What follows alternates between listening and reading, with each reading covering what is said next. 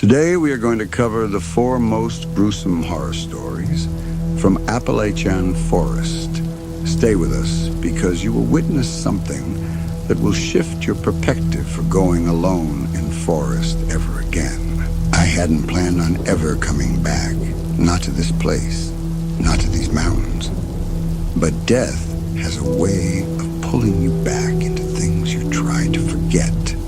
The call came at 3:12 a.m. I remember because I was still awake, staring at the ceiling, fighting off another night of restless thoughts. When my phone buzzed, I almost ignored it. Unknown number, rural area code. Something in my gut told me to answer. Ethan Coles, the voice asked. It was dry, official, emotionless. Yeah. A pause.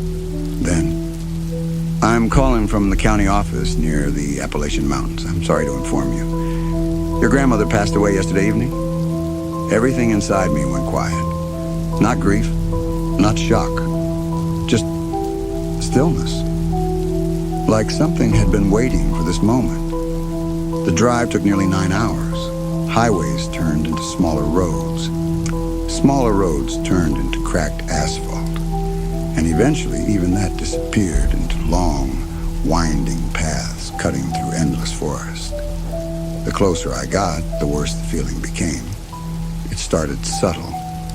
A tightness in my chest, pressure in my ears. Then came the silence. At first, I didn't notice it consciously. But after a while, it became impossible to ignore. No birds, no insects, no wind. Just the low hum of my engine. And something else. Something beneath it. Like the mountains were listening.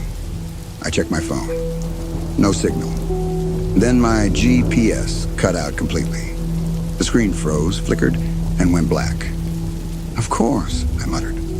But deep down, I knew this wasn't just bad reception. It was late afternoon when I saw the sign. Welcome to Black Hollow. The wood was old, rotting, covered in strange markings I didn't recognize. Or maybe I did. Something about them stirred a memory buried deep in my childhood. I slowed the car, and that's when I noticed it. The trees. They were too close. Not just to the road, but to each other, packed tight, like they had grown inward instead of outward. Like they were watching, waiting.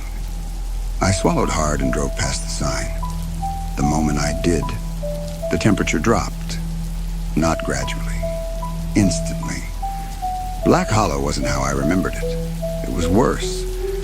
The buildings were still there, old wooden homes, a general store, a church, but everything felt abandoned. Not in the usual way. There were signs of life. A rocking chair gently moving on a porch, laundry hanging on a line.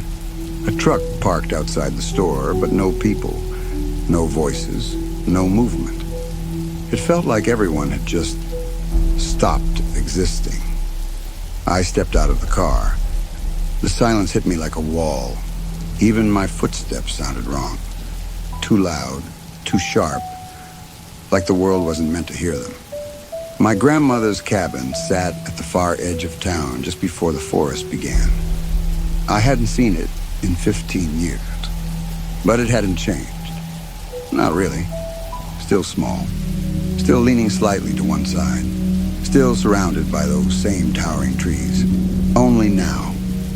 It looked like something had been trying to get inside. The front door was open, not broken, not forced. Just open. A slow creak echoed as I stepped closer. Hello? I called out. No answer. Of course. Still, I stepped inside. The smell hit me first. Rot. Not overwhelming, but present. Lingering. Like something had been left too long. The house looked untouched. At first glance. Furniture in place, blankets folded, photos still hanging on the walls. But then I noticed the details. A plate of food on the table. Mold covered it. A glass of water beside it, half evaporated. A chair slightly pulled out, like someone had been sitting there, waiting for me. I shook the thought away. Get a grip, Ethan, I whispered. But my voice didn't sound right. It echoed too much. I found them in the hallway. At first, I thought they were scratches. Then I got closer. They weren't random. They were symbols, carved into the wood. Deep, deliberate, repeating patterns I couldn't understand. Circles, lines, something that almost looked like eyes, watching from every angle. My stomach tightened, because suddenly I remembered. I was 8 years old, sitting by the fireplace, my grandmother's voice low and serious. Listen to me, Ethan. If you ever hear something outside at night, you do not open the door. I laughed back then. Thought it was just another one of her stories. Why, I asked. She didn't smile. Because the hollow watches, and sometimes it calls. I didn't plan on staying the night, but the sun set faster than I expected. Or maybe it just felt that way. One moment, it was late afternoon. The next, darkness swallowed everything. No sunset, no fading light, just black. I locked the door, closed every window, sat in the living room with nothing but a small lantern. The silence returned, heavier now, pressing against my ears, against my thoughts. Time stretched. Minutes felt like hours. And then I heard it. At first, it was faint, a soft, dragging noise like something being pulled across the ground. Slow, deliberate, circling the house.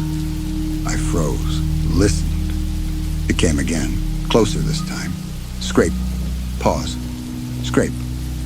My heart started pounding. Probably an animal, I whispered. But even as I said it, I knew this wasn't an animal. I stood up slowly, walked toward the window. Each step felt heavier than the last. The sound stopped. Silence again. I reached the curtain, hesitated, then pulled it back. Nothing. Just trees. Dark. Still. Watching.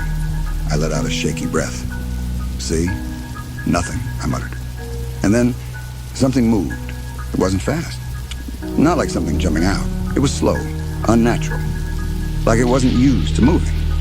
A shape stepped between the trees. Tall. Too tall. Its limbs. Wrong. Too long. Too thin. And its head tilted.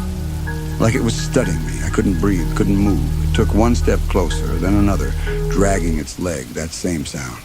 Scrape. Pause. Scrape. My hand shook as I dropped the curtain, backed away, heart slamming against my ribs. It hadn't tried to hide. It wanted me to see it. And worse, it knew I was there. I didn't sleep. I couldn't. Every time I closed my eyes, I saw it. Standing there, watching, waiting. The sounds continued all night, circling, scraping, sometimes stopping right outside the door. Once, I heard something else. A faint tap, tap, tap from the wood, like fingers, testing it. When the sun finally came, it didn't feel like relief, just less darkness. I stepped outside cautiously. The air felt wrong again, too still, too quiet. And then I saw them, footprints, right outside the cabin. I crouched down, studied them. They looked almost human. Almost.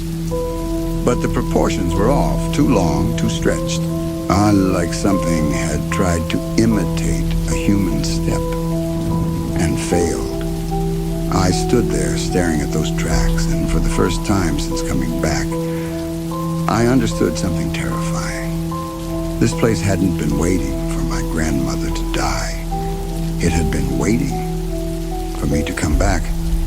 I didn't go back inside right away. I just stood there, staring at those footprints, trying to convince myself they weren't real, that there was some logical explanation, some animal, some trick of the light. But deep down, I already knew. I found him near the edge of town. Or maybe he found me. I was walking past the old general store when I heard it. A voice. Boy, I turned so fast my neck hurt. He stood on the porch like he had always been there, old, thin, skin like dried leather pulled tight over bone, eyes too sharp, too aware. He watched me the way a hunter watches something that might run. "You shouldn't be out here alone," he said. His voice was rough, slow, like every word had to fight its way out. I just got back," I replied. "My grandmother, I know who you are." That stopped me. A long silence stretched between us. Then he stepped down from the porch, boots creaking. "You're Evelyn Cole's boy," he said. "Thought you'd never come back." "I didn't plan to." He nodded. "Most don't." His name was Caleb Rourke, and he was the only person in Black Hollow who acted like he was still alive. But even he didn't feel right. He kept looking over his shoulder, at the trees, at the spaces between things, like he expected something to be there, watching, listening, following. "You see anything last night?" he asked suddenly. I hesitated.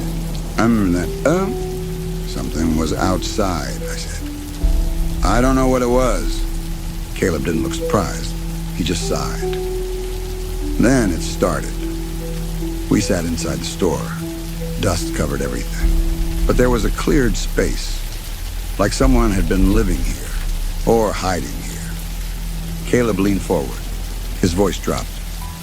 "Listen to me real careful, boy. Because if you don't follow what I'm about to tell you..." He paused. Looked toward the door. Then back at me. "You won't last the week." Something cold slid down my spine. "What are you talking about?" He ignored the question. Instead, he held up one finger. "One. Never whistle at night." "It ain't just a sound," he said. "It's a call." "For what?" He didn't answer. 2. Never answer if something calls your name. My stomach tightened. "What if it sounds like someone I know?" Caleb's eyes locked onto mine. "Especially then." 3. Never follow lights in the woods. Doesn't matter what they look like. Doesn't matter how close they seem. He leaned closer. They ain't there for you to find. 4. Never leave food outside after sunset. That one's important, he said. Because once it starts feeding, he didn't finish. He didn't need to. I wanted to laugh. To tell him this was insane. That this was just some backwoods superstition nonsense. But I didn't. Because of the footprints. Because of the thing I saw last night. Because of the way the forest felt like it was pressing in closer with every second. "This is crazy," I said anyway weakly. Caleb gave a dry smile. "Yeah," he said. "It always sounds that way at first." I went back to the cabin before sunset. This time I made sure everything was locked, windows sealed, curtains drawn. I didn't light the lantern right away. I just sat there in the dark, waiting, listening. The silence returned faster tonight, like it had been waiting for me. It started softly, so soft I almost missed it. "Ethan." I froze, every muscle locked in place. That voice, I knew that voice. No, that wasn't possible. "Ethan, honey," my blood turned to ice. Grandma, it was her, exactly her. Same tone, same warmth, same slight tremble at the end of her words. "I know you're in there," the voice said gently. "Come outside." My body moved before my mind could catch up. One step toward the door, then another. My hand reached for the handle. Caleb's voice echoed in my head. "Never answer if something calls your name." I stopped. My hand hovered inches from the door. The voice outside softened, almost pleading now. "Ethan, please." A tear slipped down my cheek. Because it sounded so real, so painfully real. Instead of opening the door, I stepped to the side, slowly, quietly, and looked through the narrow crack in the wood. At first, nothing, just darkness. Then movement. It stepped forward, into the faint moonlight, and my heart stopped. It was wearing her face, but it wasn't her, not even close. The proportions were wrong. The smile, too wide, too stretched, like it had learned how to mimic emotion, but didn't understand it. Its eyes locked onto mine, and the moment they did, the smile broke, twitched, expanded, like it knew I could see the truth. Why didn't you come out? The voice changed. Still hers, but deeper now, layered, like multiple voices speaking at once. I waited for you. Its head tilted, too far, too unnatural. You came back for me, didn't you? I stumbled backward, fell against the wall, every instinct screaming at me to run. But there was nowhere to go. It moved closer, dragging that same leg. Scrape, pause, scrape. Its hand touched the door, and I heard it clearly. Fingernails, long, sharp, scratching the wood, testing it. You're not going to let me in? The voice turned cold, almost amused. After all this time, I covered my ears, squeezed my eyes shut. This isn't real, I whispered. This isn't real. But it was. Every second of it. Every sound, every word, every breath. Then suddenly, silence. Scratching stopped. The voice vanished. Just like that. Gone. I didn't move for hours, didn't sleep, didn't think. Just sat there, waiting for it to come back. But it didn't. When morning came, I forced myself outside, slowly, carefully. The forest looked the same, but it felt different, closer, hungrier. And then I saw something new. On the ground near the door was the plate from inside my house, the one with the rotting food. I hadn't moved it. I was sure of that. But now it sat outside, empty, licked clean. I stood there staring at the plate, hands shaking, mind racing, because now I understood something even worse than before. It wasn't just watching me, it was learning. I didn't touch the plate, not at first. I just stood there staring at it like it might move again, like it might still be eating. The surface was scraped clean, not a single crumb left behind. Even the mold was gone, like something had carefully removed every trace of decay, not devoured, cleaned. That detail bothered me more than anything. Animals don't clean. They tear, they rip, they leave pieces behind. This had been deliberate, controlled, hungry but patient. That's when something inside me changed. Up until now, I had been trying to explain things, rationalize them, find logic in the impossible. But standing there, looking at that empty plate, I realized something simple. There was no logic here, only rules. And whatever lived in Black Hollow followed them. I went back into the house slowly, like I was stepping into something alive. The silence inside felt thicker now. Not empty, occupied. Like something had been there while I was gone.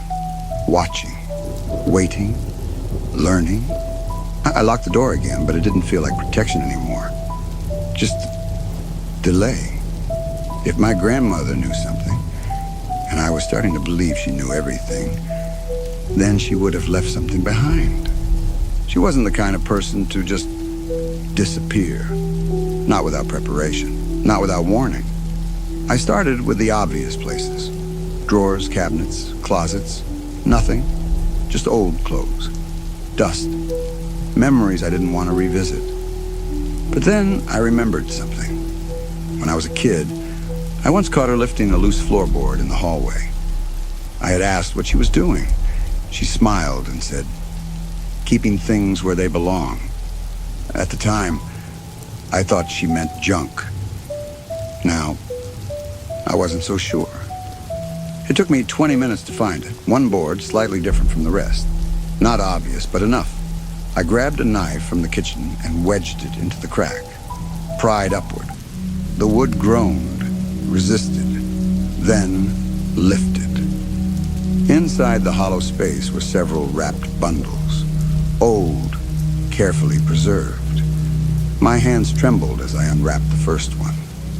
A journal, leather-bound, worn with age. The moment I opened it, I knew. The handwriting was hers, messy, rushed, like someone trying to record something before it was too late. The first page read, "If you're reading this, it means I failed." A chill ran down my spine. The journal didn't start with explanations. It started with fear. Entries filled with fragmented thoughts. It's getting closer. The lights returned last night. I heard your grandfather's voice. It remembers everything. My breathing grew shallow. I flipped further, looking for something, anything that made sense. I found them tucked between pages, hand-drawn maps of the forest, marked with symbols, circles, lines, the same carvings I had seen on the walls. Some areas were labeled safe, don't go, it sees you here. One section was circled over and over again, pressed so hard the paper had nearly torn, labeled the pit. I turned the page, and that's when the tone changed. The writing became more structured, more deliberate, like she had accepted something she could no longer avoid. Black Hollow is not a town. I swallowed hard. It is a boundary. My fingers tightened around the page. Something lives beneath these mountains, older than anything we understand. It does not think like us. It does not feel like us, but it watches, and it learns. The next pages explained everything, or at least enough. The original settlers didn't conquer the land. They discovered it. And what they found was already here, waiting. The journal described it in fragments. It moves beneath the earth. It speaks through what it takes. It wears the faces of the dead. But the most important part was the deal.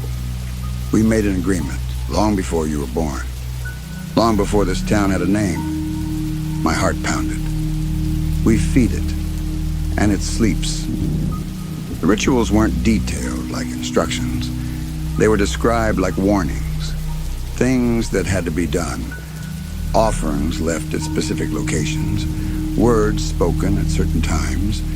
Symbols carved into wood and stone, not to worship it, but to contain it, to keep it from waking, to keep it from wanting more.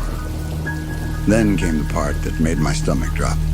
The handwriting became shaky again, uneven, desperate. The rituals have stopped. I froze, read it again. I am the last one who remembers how to do them properly, and I'm getting weaker. My chest tightened. No, no, no, no. The next page had only one sentence, written over and over again, deeper each time, until the pen had torn through the paper. Not if it wakes, it will not stop. At the bottom of the hidden compartment, I found something else, a small tape recorder. Old, dust-covered. I hesitated, then pressed play. Static filled the room. Then, her voice. Ethan? My breath caught. I don't know if you'll ever hear this. I don't know if you'll ever come back. But if you do, you need to understand something. A pause. I could hear her breathing, shaky, uneven. The lights. Static crackled. They've come back. My grip tightened. That means it's hungry again. That's when I saw them through the window at first. I thought it was just reflection. Or my imagination. But then they moved. Small. Faint. Floating between the trees. One, then two, then dozens. Glowing softly. Like distant lanterns. But wrong. Too steady. Too controlled. I stepped closer to the window without realizing it. My body moved on its own. drawn toward them, toward the forest, toward something I didn't understand. The journal slipped from my hands, hit the floor, but I didn't notice, because the lights, they were getting closer. And as I stood there staring into the trees, I realized something that made my blood run cold. The lights weren't wandering. They were coming for me. I don't remember stepping outside. One moment I was standing at the window. The next, I was already in the yard, barefoot, the cold ground pressing into my skin. The door behind me stood open, wide, like something had invited me out. They were closer now, much closer, floating just beyond the tree line. Dozens of them, maybe more, each one hovering at a slightly different height, like they were watching from different angles.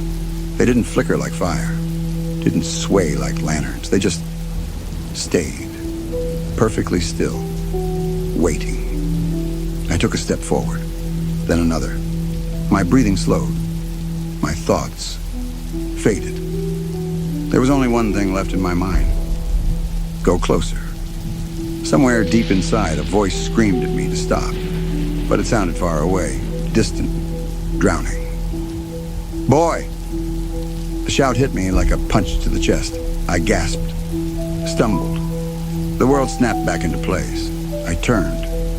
Caleb, standing behind me, face pale, eyes wide with something close to panic. What are you doing? He barked, grabbing my arm. I don't know. He followed my gaze, saw the lights. And for the first time since I met him, I saw real fear. Inside, he said immediately, now. But now.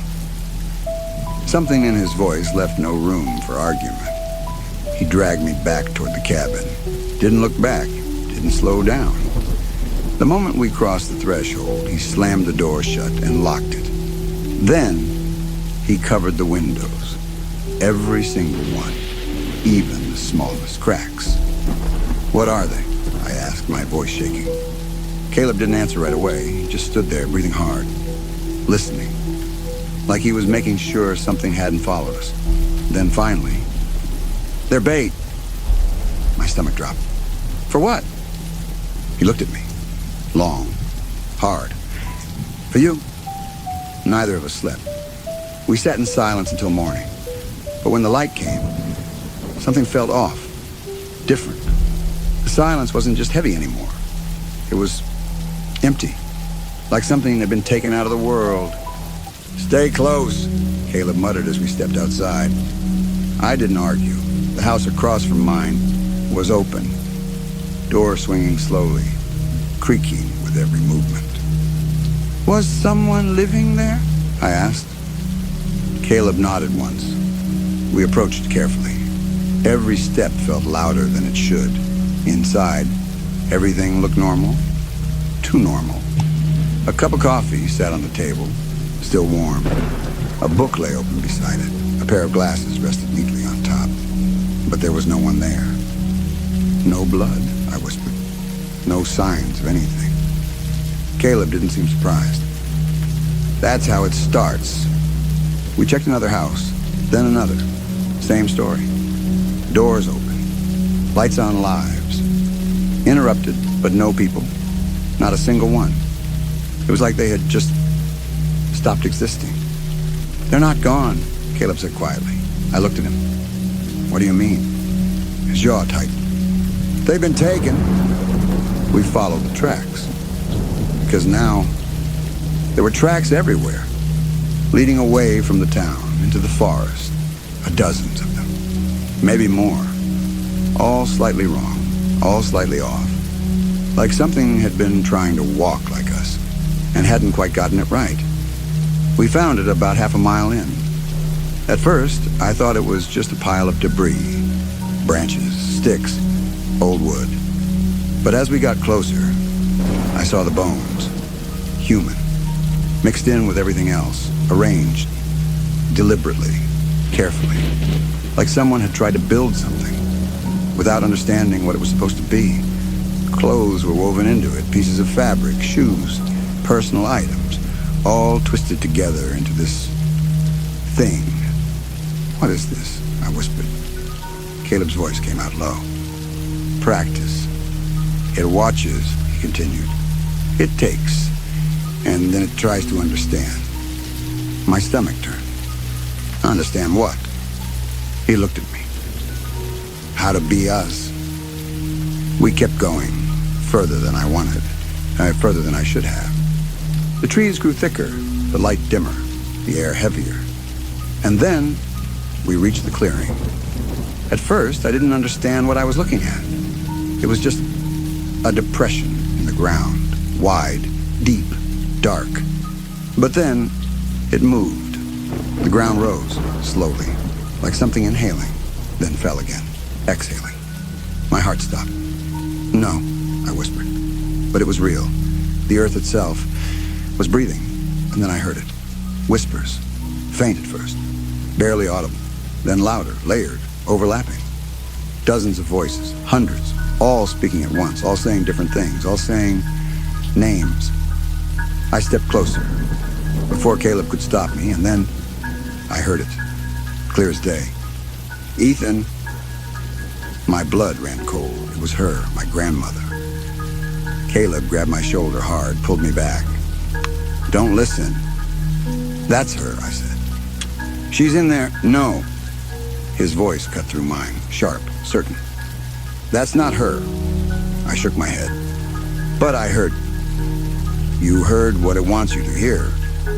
Caleb's grip tightened. It doesn't just take people, he said. It keeps them. My chest tightened. What do you mean, keeps them? His eyes locked onto mine. Dark. Heavy. It remembers them.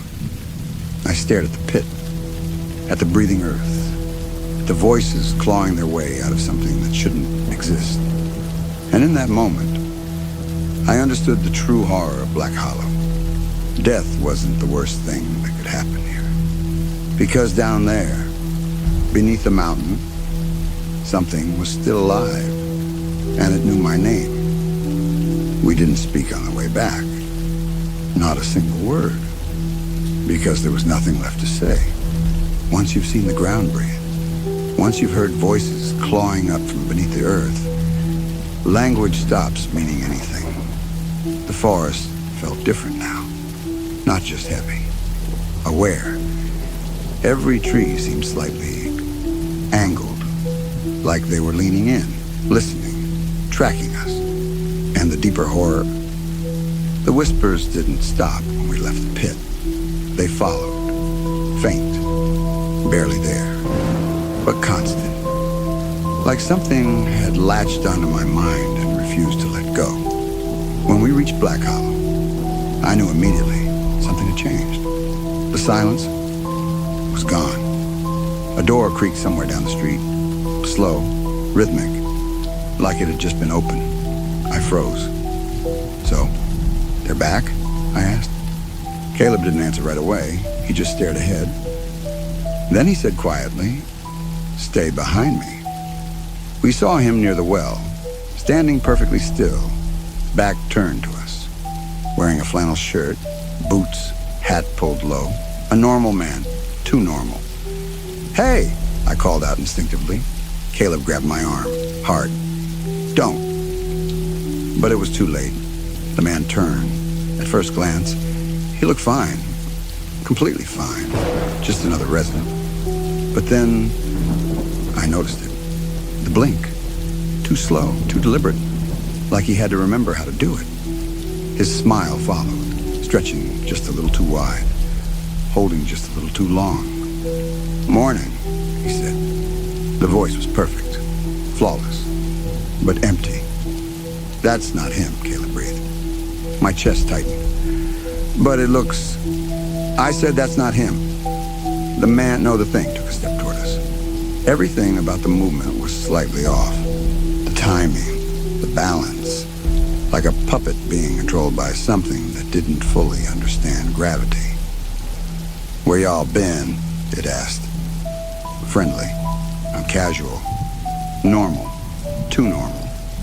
It wasn't just copying how we looked. It was copying how we behaved, how we spoke, how we interacted. But it hadn't perfected it yet. Not completely. Then I saw a movement behind it. Another figure, and another, emerging from houses, from streets, from places that had been empty just hours ago. All of them, people who had disappeared, now standing, walking, smiling. "They're replacing them," I whispered. Caleb nodded once. "Yeah." My heart pounded. "With what?" His answer came slow, heavy. "With what's left of them." I looked closer, at all of them. And that's when I noticed the one thing they couldn't hide. Their eyes. They weren't empty. They weren't dead. They were wrong, too still, too focused. Like something deep inside was looking out through them, something old, something patient. We ducked into an alley to hide, watched them from a distance. "They're not eating," Caleb muttered. I followed his gaze. He was right. They moved through the town, pretended to interact, pretended to live. But no one touched the food. No one drank anything. No one needed to. "They're getting better," I said quietly. Caleb didn't respond, but I could see it in his face. He knew it too. Each one was more convincing than the last, more fluid, more human. Then something even worse happened. The edge of the forest shifted. I swear to God, it moved. Trees that had been far away were now closer. The boundary between town and woods was disappearing. "It's not just copying anymore," Caleb said. "It's expanding." My stomach dropped.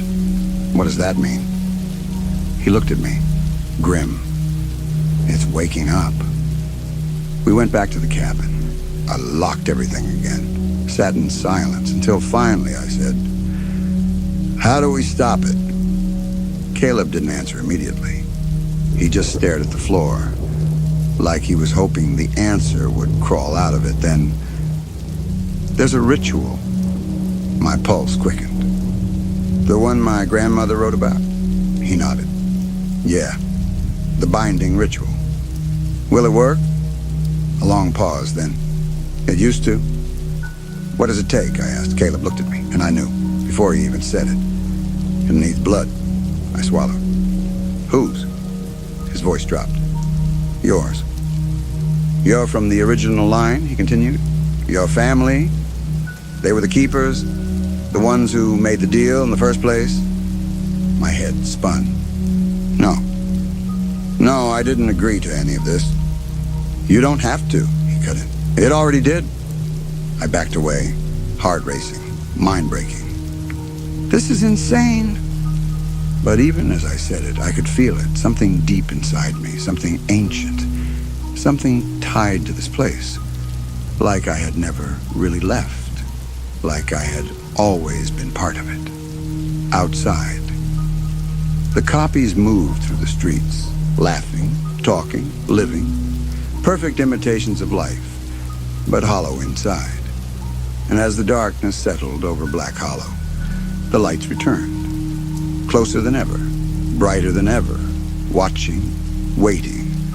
And as I sat there, staring at my own shaking hands, one thought clawed its way into my mind, a thought so terrifying I couldn't ignore it anymore. How do I know I'm still me? I didn't sleep, not even for a second, because every time I closed my eyes, I saw them, the copies, smiling, watching, waiting, and behind them, something deeper, something older, something that wasn't pretending anymore. By morning, I knew. There was no escaping this, no running, no hiding. Black Hollow wasn't a place you could leave. It was something you were part of, something that followed you, even when you thought you were gone. I looked at Caleb. "I'll do it." He didn't react, didn't nod, didn't argue. Just closed his eyes for a moment, like he had been waiting to hear it. We gathered everything from the journal, symbols carved into wood ash from the fireplace, A knife, old, rusted, but sharp. My grandmother had written the instructions clearly. Not like a guide, more like a warning. Each step felt heavier than the last, like the act of preparing it was already waking something up. We didn't wait for night, because Caleb said something that stuck with me. It don't matter when you go anymore. It's already awake. The forest didn't try to stop us. It didn't need to.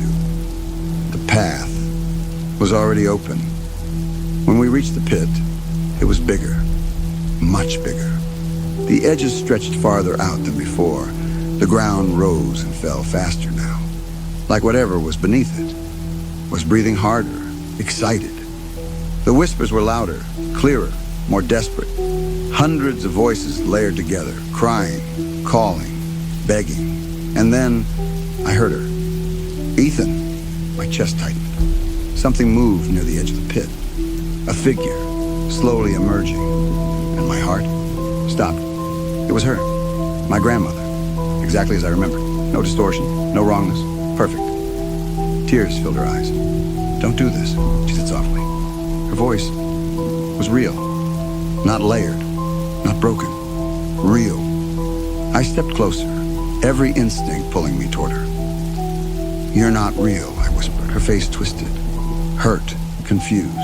How can you say that, she asked. I raised you. I loved you. My hand shook, because everything about her felt right. Then she said something, small, almost nothing, but enough. A detail, a memory, slightly wrong, and in that moment, the illusion cracked. Her smile stretched, slowly, unnaturally, too wide, too thin, too hungry. I almost had you, it said. The voice changed, layered, deep, endless. The ground split further. The pit opened wider. And for the first time, I saw it.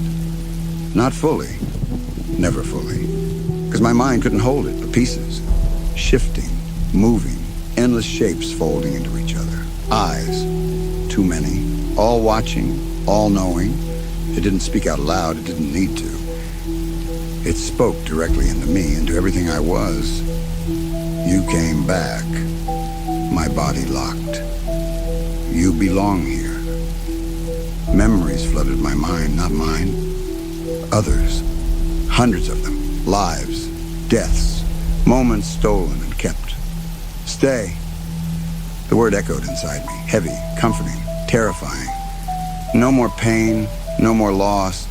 Become part of something greater. I felt it pulling at me. Not physically, but mentally, emotionally.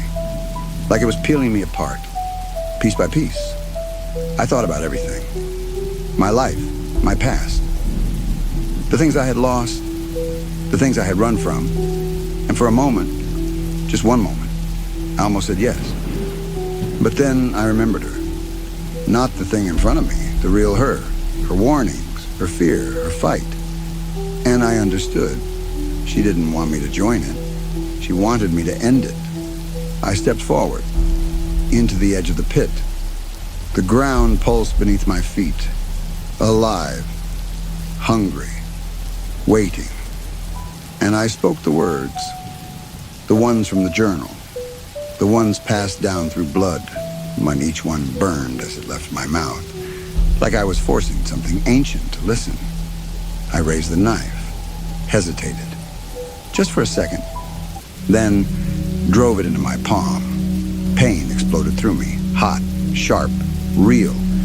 Blood hit the ground and everything stopped. The pit convulsed.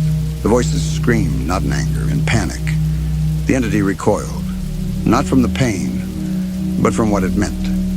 The symbols ignited, not with fire, but with something darker, something deeper.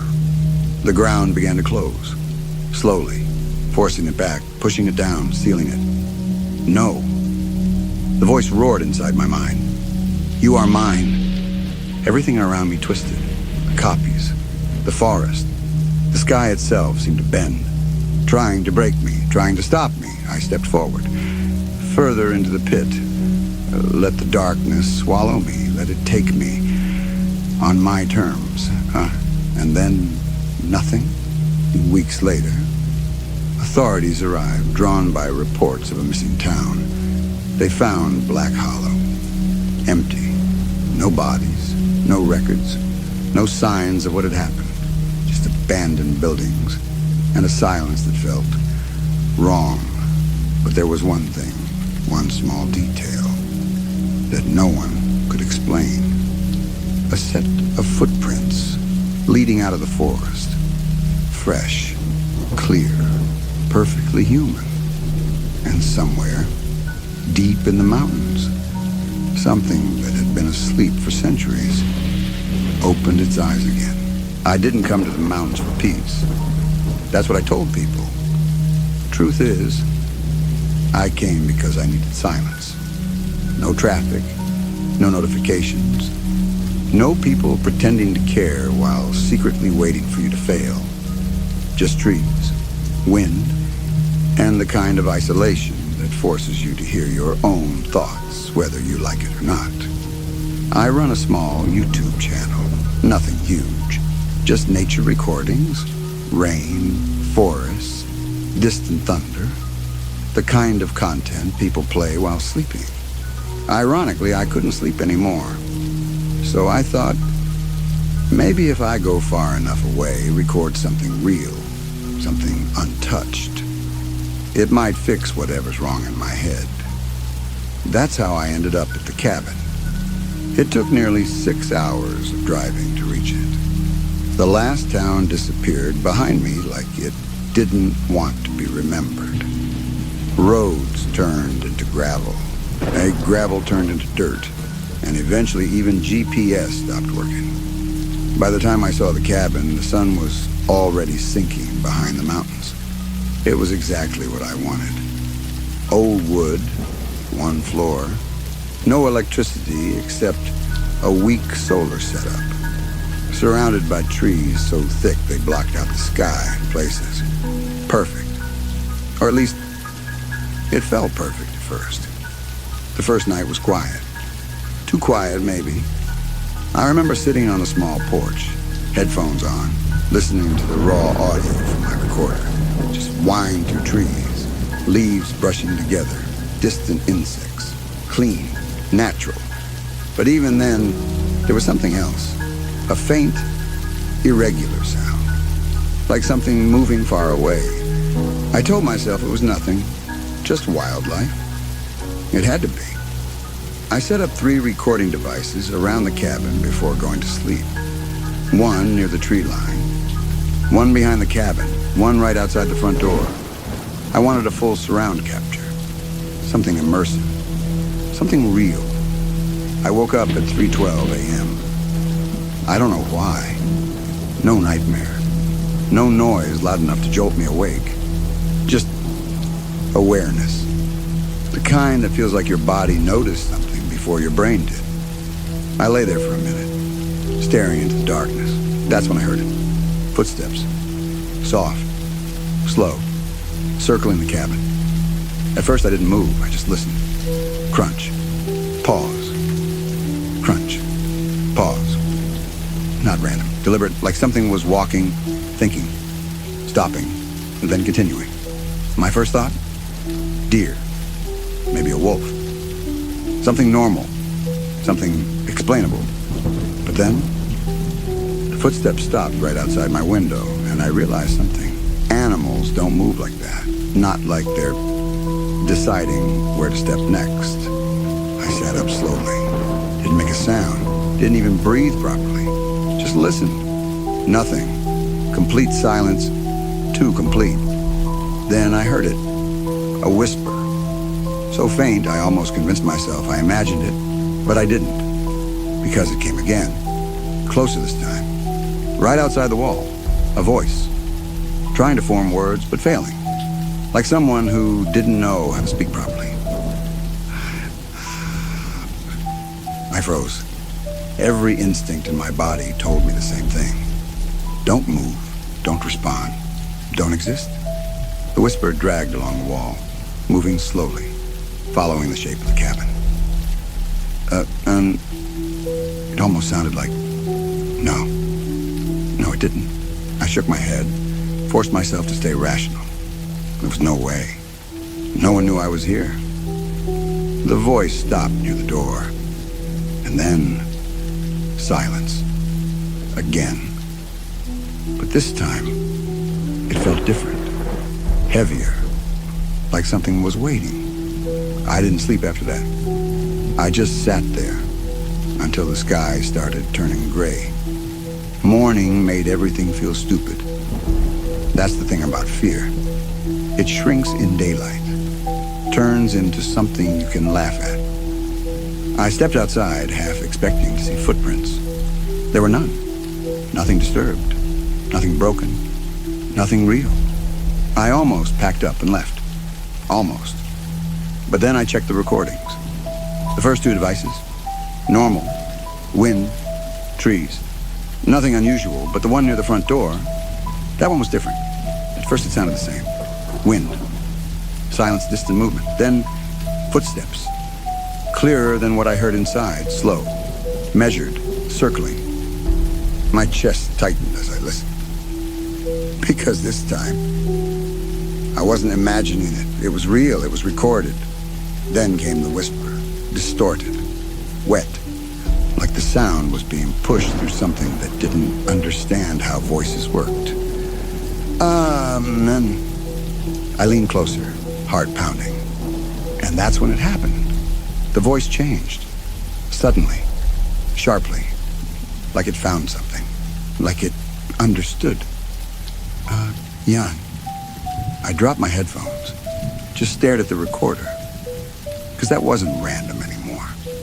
That was my name. And the worst part? The voice didn't sound human. Not completely. But it was trying to. Trying to shape itself into something familiar. Something recognizable. I told myself it was a coincidence. Had to be. Some weird audio artifact. Brain filling in gaps. Pattern recognition. That's what humans do. We see meaning where there is none. But deep down, I knew. That wasn't it. Because I hadn't told anyone I was here. And I definitely hadn't said my name out loud. Yet something outside already knew it. And that was only the first night. We shouldn't have gone there? Now that's the simplest way to say it. But if you've ever been young, bored, and surrounded by friends who laugh at fear, you already know how this story starts. It starts with a joke. There's no such thing as haunted forests. That's what Bilal said while throwing his bag into the back of the Jeep. We were 5 people. Me, Bilal, Hamza, Danielle, and Saad. We'd planned this trip for weeks, camping deep inside a forest a few hours away from civilization. No signals, no people, just us. And apparently, something else. The warnings started before we even reached the forest. An old man at a roadside shop asked where we were going. When we told him, his expression changed. Not dramatically, just enough. You can go, he said slowly, but don't stay after dark. Bilal laughed. We're camping. That's the whole point. The old man didn't smile. Then don't look into the trees at night. That should have been enough. It wasn't. We reached the campsite just before sunset. The forest was dense. Not the kind where sunlight filters through nicely. No. This was the kind where shadows stayed even during the day. Tall trees packed too close together. Thick undergrowth. Silence that didn't feel natural. But we ignored it. Set up tents. Started a fire. Played music. Normal. At first, everything was fine. Too fine. Even the air felt still. No wind, no insects, no birds. I remember pointing that out. Doesn't it feel quiet? I asked. Hamza shrugged. Relax, you wanted nature, right? Yeah, I did. Just not like this. Night fell fast. Faster than it should have. One moment we could see the tree line clearly. The next, it was just darkness. A wall of black. That's when I felt it. That feeling. Like something was watching, not from one direction, from everywhere. "Stop staring into the trees like that," Danielle said, laughing nervously. "I'm not," I replied, but I was, because something was there. I didn't see it clearly. Just a shape. Tall, too tall, standing between two trees, completely still. "Did you see that?" I whispered. Bilal turned, squinting into the darkness. "See what?" "That thing." He shined his flashlight toward it. "Nothing. Empty space." "It's just your imagination," he said. Everyone agreed, and for a moment, so did I, until it came back. Later that night, we sat around the fire, talking, laughing, trying to ignore the unease. And then Saad stopped mid-sentence. "Don't move," he said quietly. We all froze. "What?" Hamza asked. Saad pointed slowly toward the trees. It was there again, closer this time. Tall, unnaturally thin, standing perfectly still. No one laughed now. No one spoke. We just stared. "Flash it," Bilal whispered. Hamza raised the light. Click. Gone. "Okay," Danielle said, forcing a laugh. "That's not funny anymore." "Maybe it's someone messing with us," Saad said.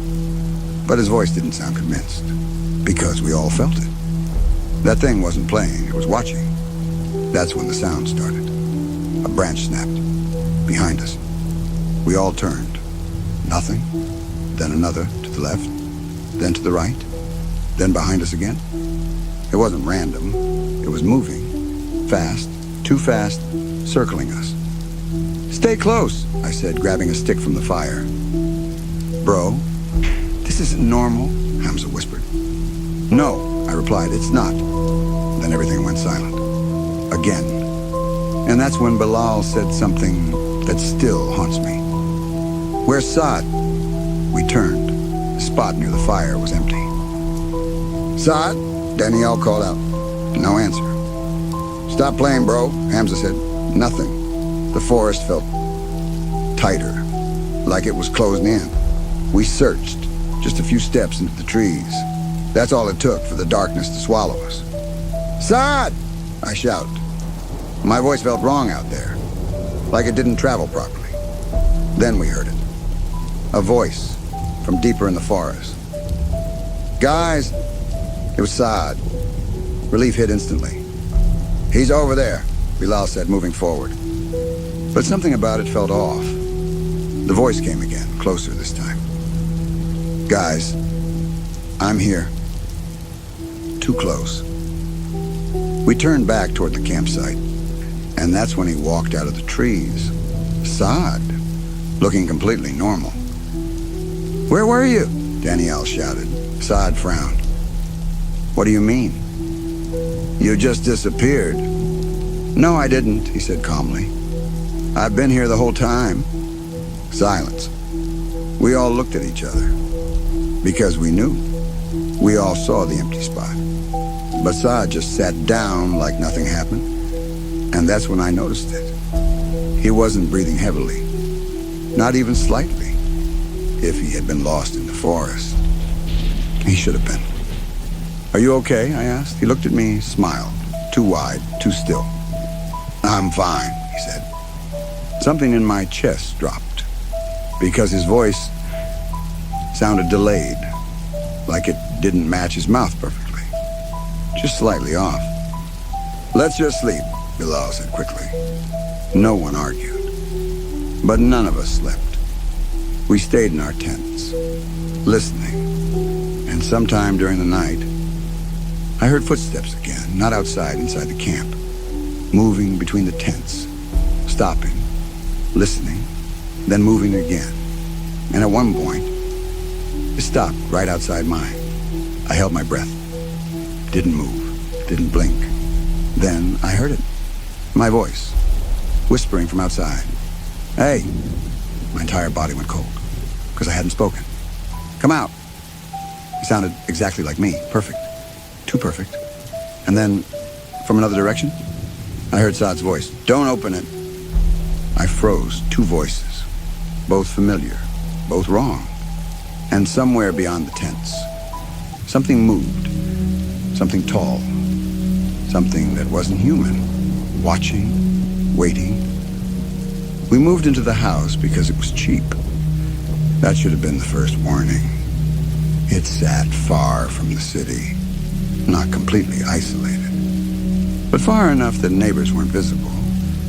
Just distant lights at night and long stretches of empty land between homes. My wife, Sana, loved it immediately. It's peaceful, she said, smiling as she walked through the empty living room. Peaceful. That word means something different to me now. We moved in with our two kids, Ammar, who was 9, and Hira, who had just turned 6. They were excited. New house, big yard, space to run, normal things, happy things. The first night felt normal. We unpacked just enough to survive. Mattresses, kitchen basics, a few boxes. Everyone went to sleep early, exhausted. I woke up at exactly 2:13 a.m. Not around that time, not approximately. Exactly 2:13. I remember because I checked my phone, and I wish I hadn't. Because the moment I looked at the screen, there was a knock at the front door. 3 knocks. Slow. Even. Knock. Knock. Knock. I froze. At first I thought I imagined it, then it came again. Knock. Knock. Knock. Who would be here at that time? No one even knew we had moved in yet. I got out of bed slowly, trying not to wake Sana. The house felt heavier at night, like the silence had weight. I walked to the door, each step louder than it should have been. I didn't open it immediately. I looked through the small side window. Nothing, just darkness. I unlocked the door, opened it. No one there. The yard was empty. No movement. No sound. I stepped outside, looked around. Nothing. I told myself it was probably kids. Or someone messing around, even though that didn't make sense. I went back inside, locked the door, checked the time again. 2:16 a.m. I didn't sleep much after that. The next night, it happened again. 2:13 a.m. Knock, knock, knock. This time I didn't move right away. I just sat there, listening. Then, another knock. But not from the door, from the window. Tap, tap, tap. My chest tightened. Slowly, I turned my head. Curtains were closed. But I could feel it. Something outside. Close. Did you hear that? Sana whispered beside me. So it wasn't just me. The tapping stopped. Then, it moved to the wall. Knock, knock, and the ceiling. Thud, thud, like something was testing the house, learning it. Call someone, Sana whispered. But who? And what would I even say? We stayed awake until morning. Daylight made it feel stupid again. Like the first night. Like something we imagined. Until the kids spoke. Someone was calling me last night, Hira said at breakfast. I froze. What do you mean? She looked confused. Ami was outside my window. She told me to come out. Sana's face went pale. I wasn't outside, she said quickly. Hira frowned. But it sounded like you. Silence filled the room. Then Ammar spoke. I heard it too. My heart started pounding. What did you hear? He looked at me. Your voice. I felt something cold crawl up my spine. You told me to open the door. I hadn't. I knew I hadn't. And that's when I realized something. The knocking wasn't random. It was trying, learning, testing voices. That night I didn't wait. I sat in the living room, lights on, door locked, knife in my hand. 2:13 a.m. came. And right on time, knock, knock, knock. Louder this time, harder, like whoever or whatever it was getting impatient. I'm not opening it, I said out loud. Silence. Then, a voice. Sana, open the door. My blood turned cold. It was my voice. Perfect. Same tone, same rhythm, exactly how I sound. Sana started crying quietly behind me. It's not you, she whispered. I didn't respond, because I was too focused on the door. The handle moved slightly, then stopped, and then knock, knock, knock from behind me. Inside the house, I turned slowly. The hallway was dark, but I could see something. A shape, standing there, still, watching. Sana, it said. A voice this time. Perfect. Too perfect. My grip tightened on the knife. Stay behind me, I whispered. The thing didn't move. It just stood there, smiling. And then there was another knock from the front door. At the same time. Knock, knock, knock. I looked back, then forward. 2 sounds, 2 places. Impossible. Slowly. I walked to the window near the door and looked outside. What I saw, I still don't have words for. Sana was standing outside, knocking, smiling. Same way the thing inside was, and that's when I understood. The rule wasn't just, don't open the door. It was, don't let it in. Because once it learns you, it doesn't need permission anymore. A man takes a seasonal job as a fire watcher deep in a remote wilderness, accepting the isolation for good pay and the promise of peace. But from the moment he arrives at the tall wooden tower surrounded by endless forest, something feels wrong. Not in an obvious way, but in the silence that seems too complete, as if the forest itself is holding its breath. And during his first few days, everything appears normal except for strange patterns he notices through his binoculars. Large circular disturbances in the trees where branches are bent or broken in unnatural ways, forming paths that don't match any animal movement he knows. And at night, when he scans the tree line, he begins to see something standing at the edge of visibility. A tall figure that doesn't move, doesn't sway with the wind, just stands there watching the tower from a distance.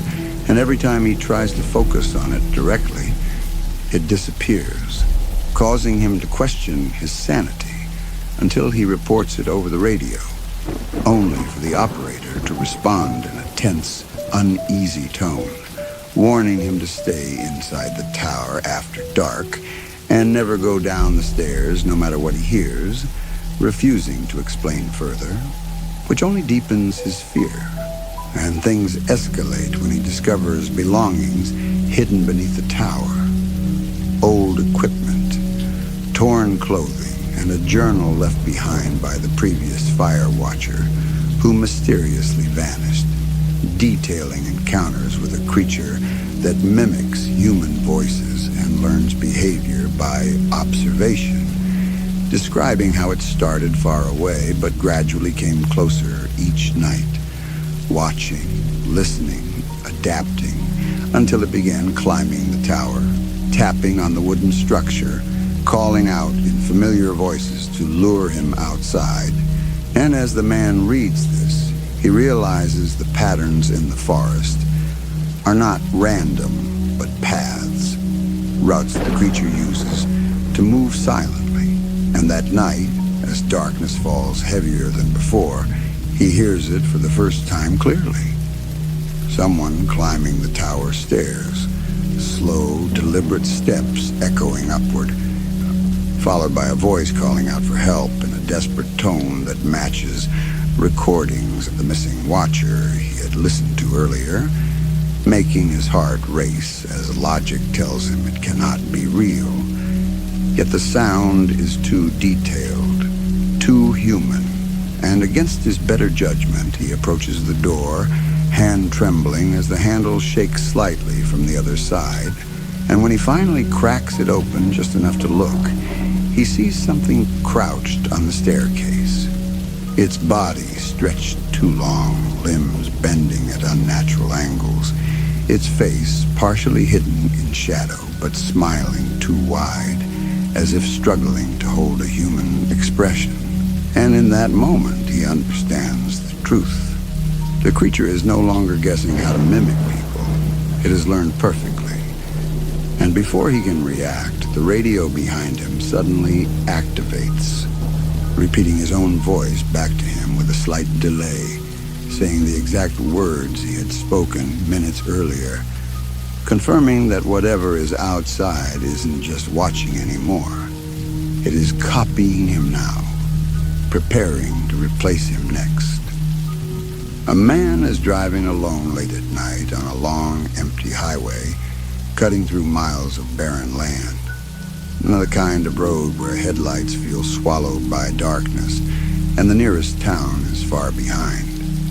And although he's used to night driving, something about this stretch feels wrong. Too quiet, too still, with no other cars passing for an unusually long time.